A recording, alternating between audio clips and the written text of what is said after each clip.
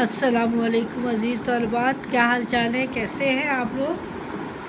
امید کرتی ہوں ٹھیک ہوں۔ جماعت ششم کے لیے آج میرا 13واں لیکچر ہے اسلامیات کا۔ نیا ٹاپک شروع کر رہے ہیں۔ پہلے اس کا پڑھاؤں گی اور پھر 2 کویشچن اس کے میں آپ کو لکھے ہوئے پڑھ کے سناؤں گی، ٹھیک ہے؟ حج اور اس کی اہمیت۔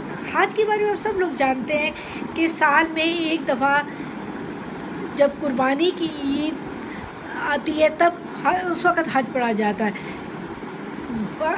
پہلی ذی الحج سے لے کر 10 ذی الحج تک حج کے دن ہوتے ہیں، وہاں ان میں حج پڑھا جاتا ہے، اور 9-10 ذی الحج اس میں مختلف ہے نا کام وہ کیے جاتے ہیں، اس لیے یہ شروع ہو جاتا ہے ذی الحج کے شروع میں، ٹھیک ہے؟ اور 9-10 تک حج کی وقوف پورے کیے جاتے ہیں، اور اس کے بعد پھر عید منائی جاتی ہے اور قربانی کی جاتی ہے، ٹھیک ہے بیٹا؟ اور حج ایک ایسا رکن ہے، اسلام کے 5 ارکان میں سے ایک آخری رکن ہے، جو کہ جس کے پاس استطاعت ہو، یعنی مالی لحاظ سے اتنا مستحکم ہو کہ خود بھی سفر خرچ کے لیے پیسے ہوں اس کے پاس، اور اس کی فیملی کے لیے بھی پیچھے اتنے پیسے ہوں کہ وہ اچھی طرح زندگی گزار سکے، تب وہ استطاعت رکھتا ہے، یعنی وہ اس قابل ہے کہ وہ جا سکے حج پہ۔ چلیں میں آپ کو، اور یہ اس کی ہسٹری کیا ہے یہ بھی تھوڑی سی بتا دوں پہلے، تاکہ لیسن پڑھتے ہوئے آپ کو جلدی سمجھ آ جائے۔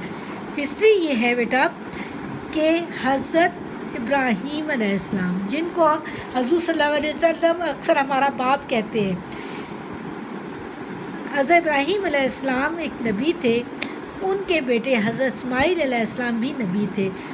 اللہ کے حکم سے انہوں نے خانہ کعبہ کی تعمیر کی تھی، اس اللہ کے گھر کی، جسے آپ خانہ خدا یا اللہ کا گھر کہتے ہیں نا، یہ جو ابھی بنا ہوا ہے، یہ اصل میں پہلے حضرت ابراہیم علیہ السلام نے تعمیر کیا تھا، بعد میں اس کو موڈیفائی کیا گیا اور بنایا گیا، کیونکہ بہت زیادہ حجاج کرام جاتے ہیں حج ادا کرنے۔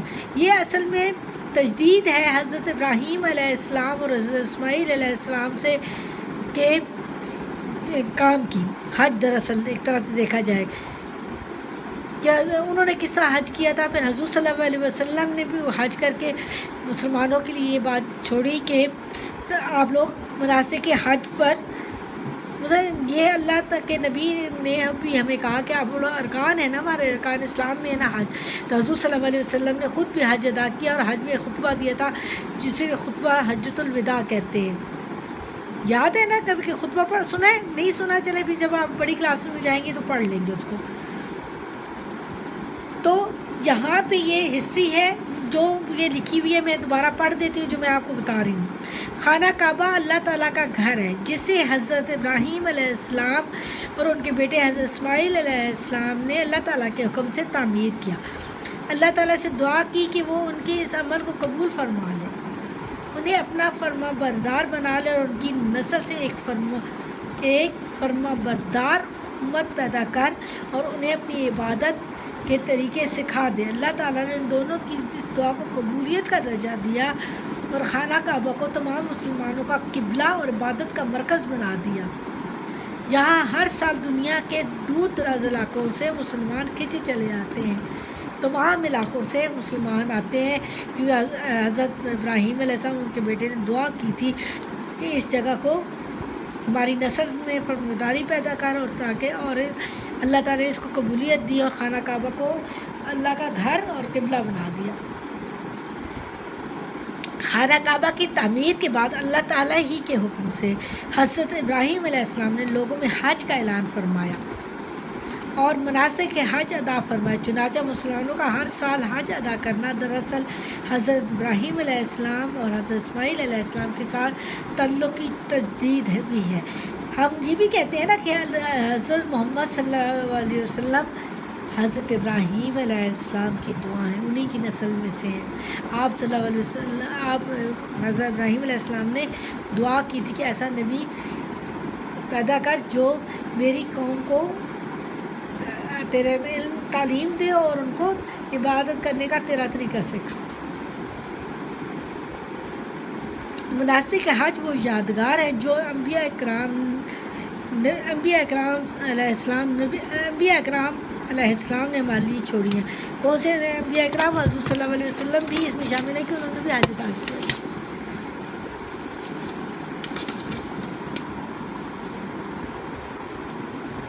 حج کا مقصد یادگار کی نسل در نسل حفاظت کرنا ہے.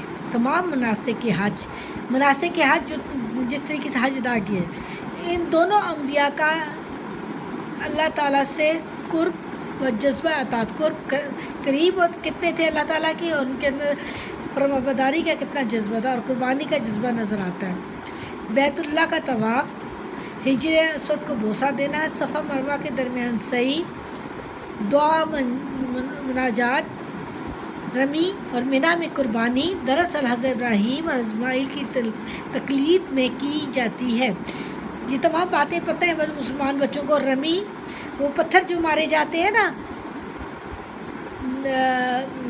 شیطانوں کو، وہ ایک جو ابراہیم علیہ السلام کے راستے میں کچھ شیطان آئے تھے، انہوں نے ان کو حضرت اسماعیل کی قربانی سے منع فرمایا تھا، تو آپ ان سے بچتے ہوئے چلے گئے اور آپ نے قربانی ادا کی، تو اس کی جگہ پہ دمبا آ گیا. اللہ تعالیٰ کا کرم ہوا، ان شیطانوں کو کنکریاں ماری جاتی ہیں، اس کو رمی کہتے ہیں. مینا وہاں باقاعدہ لوگ قیام کرتے ہیں ایک رات کے لیے، ٹھیک ہے، اور پھر قربانی اور ادا کی جاتی ہے اور عید کی پڑھی جاتی ہے. اس تقلید کی تجدید نبی کریم صلی اللہ علیہ وسلم نے فرمائی. آپ قیامت تک مسلمان اس طریقہ عبادت کی پیروی کرتے رہیں گے. حج اسلام کے ارکان میں سے 5واں رکن ہے. یہ میں بہت دفعہ بتا چکی ہوں. حج کے معنی قصد یا ارادے کے ہیں. شرعی اسلام میں اس سے مراد زندگی میں ایک مرتبہ بیت اللہ کی زیارت اور حج کے ارکان چند شرائط کے مطابق ادا کرنا. حج کے ارکان یہ ہے نا، طواف، سعی، رمی، قربانی منی میں، یہ تمام ہے. صحیح کیا ہوتا ہے، صفا و مروہ کے درمیان 7 چکر لگانا ہوتا ہے. بیت اللہ کا طواف ہم عمرے میں بھی طواف کرتے ہیں اور یہ طواف حج میں بھی کیا جاتا ہے. حجر اسود کو بوسہ دینا، یہ مناسک کے حج میں نہیں آتا، یہ خواہش ہوتی ہے ہر مسلمان کی. حج 9 ہجری میں فرض ہوا. حج کی فرضیت قرآن سے ثابت ہے. ارشاد باری تعالیٰ ہے ترجمہ: اور لوگوں پر اللہ کا حق یعنی فرض ہے کہ جو کوئی اس گھر تک جانے کی قدرت رکھتا ہو وہ اس کا حج کرے. حج کے فرض ہونے کے لیے ضروری ہے کہ حج کرنے والا مسلمان عاقل بالغ یعنی عقل مند ہو، بڑا ہو یعنی بچہ نہ ہو، آزاد صحت مند ہو، راستے محفوظ ہو اور حج کرنے کی استطاعت بھی رکھتا ہو یعنی طاقت بھی رکھتا ہو. یہی وجہ ہے کہ بچے، مجنون یا دیوانے، معذور، بیمار اور جو حج کے لیے مالی اور دیگر وسائل نہ رکھتا ہو اس پر حج فرض نہیں ہے. ان پر حج فرض نہیں ہے. حج اسی پر فرض ہے جو عقل مند ہو، بالغ ہو یعنی بڑا ہو اور آزاد ہو، صحت مند ہو، اس کو سفر کا کوئی مسئلہ نہ ہو، تو مالی مسائل اتنے رکھتا ہو کہ وہ اپنے خرچ پورے کر سکے. یہ ٹاپک یہاں تک آج ہم نے پڑھنا ہے. اس کے بعد میں اس کے 2 کویسچنز ہیں جو میں آپ لوگوں کو پڑھ کے سناتی ہوں. اسی میں سے بنائے ہوئے یہی ہیں چیزیں اصل میں، صرف سمجھانے ایک دفعہ پڑھنے کی ضرورت ہے تاکہ آپ لوگوں کو سمجھ آ جائے کس کا کیا آنسر ہے لکھا ہوا، لفظ کیا لکھا ہوا. حج کا مفہوم اور فرضیت کے بارے میں کیا جانتے ہیں؟ حج اسلام کے ارکان میں سے 5واں رکن ہے. حج کے معنی قصد یا ارادے کے ہیں. شرعی اسلام میں اس سے مراد زندگی میں ایک مرتبہ بیت اللہ کی زیارت اور حج کے ارکان چند شرائط کے مطابق ادا کرنا ہے.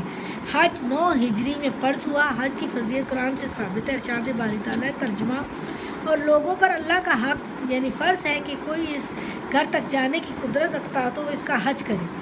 حج کے فرض ہونے کے لیے ضروری ہے کہ حج کرنے والا مسلمان عاقل بالغ یعنی میچور، بڑا، آزاد اور صحت مند ہو، راستے محفوظ اور حج کرنے کی استطاعت بھی رکھتا ہو. یہی وجہ ہے کہ بچے، مجنون یا دیوانے، معذور، بیمار اور جو حج کے لیے مالی اور دیگر وسائل نہ رکھتا ہو اس پر حج فرض نہیں ہے. اللہ تعالیٰ کا یہ رکن مالی استطاعت پر فرض ہوتا ہے، ویسے نہیں. ٹھیک ہے. حج کی مختصر بیان کریں، مختصر تاریخ بیان کریں. اور حضرت ابراہیم علیہ السلام اور ان کے حضرت اسماعیل علیہ السلام سے ان کا تعلق ہوتا ہے۔ خانہ کعبہ اللہ تعالیٰ کا گھر ہے جسے حضرت ابراہیم علیہ السلام اور ان کے بیٹے حضرت اسماعیل علیہ السلام نے اللہ تعالیٰ کے حکم سے تعمیر کی۔ حج دراصل حضرت ابراہیم علیہ السلام اور حضرت اسماعیل علیہ السلام کے ساتھ تعلق کی تجدید بھی ہے، اور مناسک حج وہ یادگار ہیں جو انبیاء اکرام علیہ السلام نے ہمارے لیے چھوڑی ہیں۔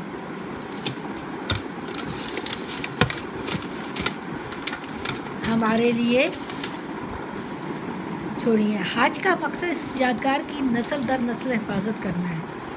تمام مناسک حج میں ان دونوں انبیاء علیہ السلام کا اللہ تعالیٰ سے قرب و جذبہ اطاعت نظر، ان تمام مناسک میں ہم اللہ تعالیٰ کے قریب ہوتے ہیں اور قربانی کا جذبہ بھی نظر آتا ہے ہمارے اندر بھی ہو۔ جو ہم حج کر رہے ہوتے ہیں نا، جب اللہ ہمیں استطاعت دیتا ہے تو ہم جاتے ہیں، تو بہت مناسک حج جو چیزیں ہیں نا، جیسے طواف ہے، سعی ہے، رمی ہے، ان چیزوں کو کرنے کے لیے بڑا شوق سے حاجی حصہ لیتے ہیں۔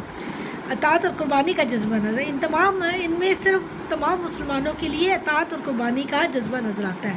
ان مناسک میں بیت اللہ کا طواف، حجر اسود کو بوسہ دینا، صفا اور مروہ کے درمیان سعی، دعا اور مناجات، رمی اور منا میں قربانی، دراصل حضرت اسماعیل علیہ السلام اور حضرت ابراہیم علیہ السلام اور حضرت اسماعیل علیہ السلام کی تقلید میں کی جاتی ہے۔ اس تقلید میں پیروی ان کی جاتی ہے کی تجدید نبی کریم صلی اللہ علیہ وسلم نے فرمائی۔ اب حضور صلی اللہ علیہ وسلم نے جب ان کے اپنے بزرگ نبی کی تقلید کی یعنی پیروی کی، تو پھر ہم کیسے مسلمان کیسے نہ کریں؟ ہم نے تو وہ ارکان ادا اسی طرح کرنے ہیں نا۔ اب قیامت تک مسلمان اس طریقے عبادت کی پیروی کرتے رہیں گے، اس طریقے سے ہی حج میں عبادت کرتے رہیں گے جس طرح سے حضور صلی اللہ علیہ وسلم نے یا حضرت ابراہیم علیہ السلام نے ہمیں سکھائے ہیں۔ اچھا بیٹا، اللہ حافظ۔